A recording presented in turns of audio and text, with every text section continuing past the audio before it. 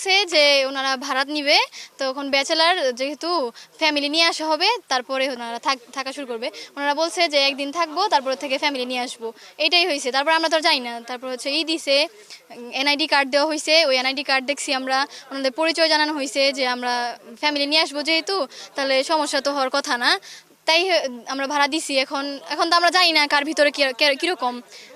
2 তারিখে উঠছে ওনারা, ওঠার পরে 2 তারিখে ভাড়া আর কি নেওয়া হয়েছে। ওনারা 5 তারিখ থেকে থাকা শুরু করছে। তারপরে আমরা তো জানি না যে ওনাদের ভিতরে কি, আমরা এটাও জানি ওরা পুরুষ মানুষ, আমরা ভিতরে ঢুকিয়েও দেখি নাই যে ওনাদের ঘরের ভিতরে কি আছে না আছে, যেহেতু ব্যাচেলার ফ্যামিলি আসলে তারপরে আমরা ঢুকতাম। এখন আমরা তো আর জানি না, এখন না জানার মাঝখানে এগুলো হয়েছে। তারপরে প্রশাসন আইসে দেখতেছে, এখন ওনারা যা করার তা করবে। আমরা জানতাম না, ওনারা বলছে ফ্যামিলি নিয়ে আসবে, ওদের হাজব্যান্ড ওয়াইফ আছে, ওনারা 2জন ছিল। ওনাদের হাজব্যান্ড আসছে, ওয়াইফ নিয়ে আসবে, বাচ্চা কাচ্চা আছে। এখানে যে শ্যামপুর প্রাইমারি স্কুল আছে ওইখানে পড়ালেখা করাইবে, তা এটাই বলছে। এখন আমরা ফ্যামিলি ভাইবে দিছি, ওনারা যে ভিতরে এত লুকায় রাখছে এত কথা, এটা তো আর আমরা জানি না। তাদের নাম বলছে আব্বাস আলী। উনি বলছে যে আমরা হচ্ছে ড্রাইভার, যেহেতু আমরা গাড়ি চালাই, আমাদের ওয়াইফ আছে দেশে, ওনাদেরকে এখানে শিফট করা হবে। তারপরে আমাদের ছেলে মেয়ে আছে, এখানে স্কুলে ভর্তি করা হবে। ফ্যামিলি হিসেবে ভাড়া দেওয়া হয়েছে। এখন ওনাদের ভিতরে যে কী ছিল আমরা তাড়াতাড়ি সেটা জানি না। তো 4 দিন হয়েছে। এখন একজন মানুষকে চিনতেও তো একটু সময় লাগে, যেহেতু এনআইডি কার্ড দিয়েছে ওনারা, আস্তে আস্তে পরিচয় হওয়া যায়। তো আর পুরুষ মানুষের সাথে মহিলা মানুষ কি আর এতটা কথাবার্তা বলে নাকি? স্কুলে থেকে ফোন দিছে, নাম্বার নিয়ে বলছে যে ভাড়া দিবেন কিনা। তখন এসে রুম দেখছে, দেখার পরে উনি কইছে আমার রুম পছন্দ হয়েছে। তো পছন্দ হয়েছে, তারপরের দিন এসে আমাকে 1000 টাকা অ্যাডভান্স দিয়ে গেছে। আর বলছে আমি আগে বলছি যে ফ্যামিলি ব্যাচেলার ভাড়া দিব না।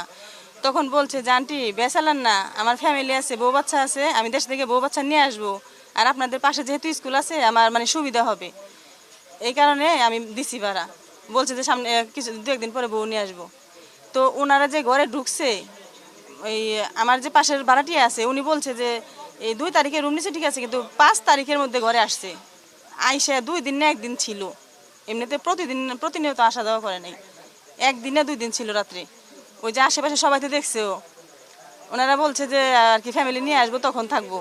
আমি এক নজর দেখছি, আমার ওরা বউ অসুস্থ, এর জন্য আমি একটুখানি কথা বলছি। আমি এক নজর দেখছি, মানে আমি ঘরের ভিতরে ছিলাম, উনি বাহিরে ছিল।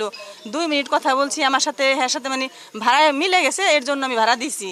তো মানুষের ভিতরের খবর কিন্তু বলা যায় না।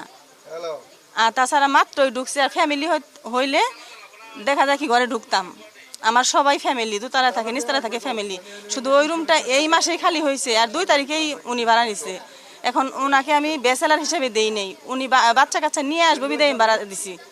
তো এখন ওনাদের ভিতরের খবরটা কিভাবে বলি, দেখেন মানুষের ভিতরের খবরটা বলা যায় না। এখন তো আতঙ্কে আছি, এখন তো কিছু করার নাই। আর যা হইতে আপনারা সবাই তো ওপেন লেভে দেখতে আছেন।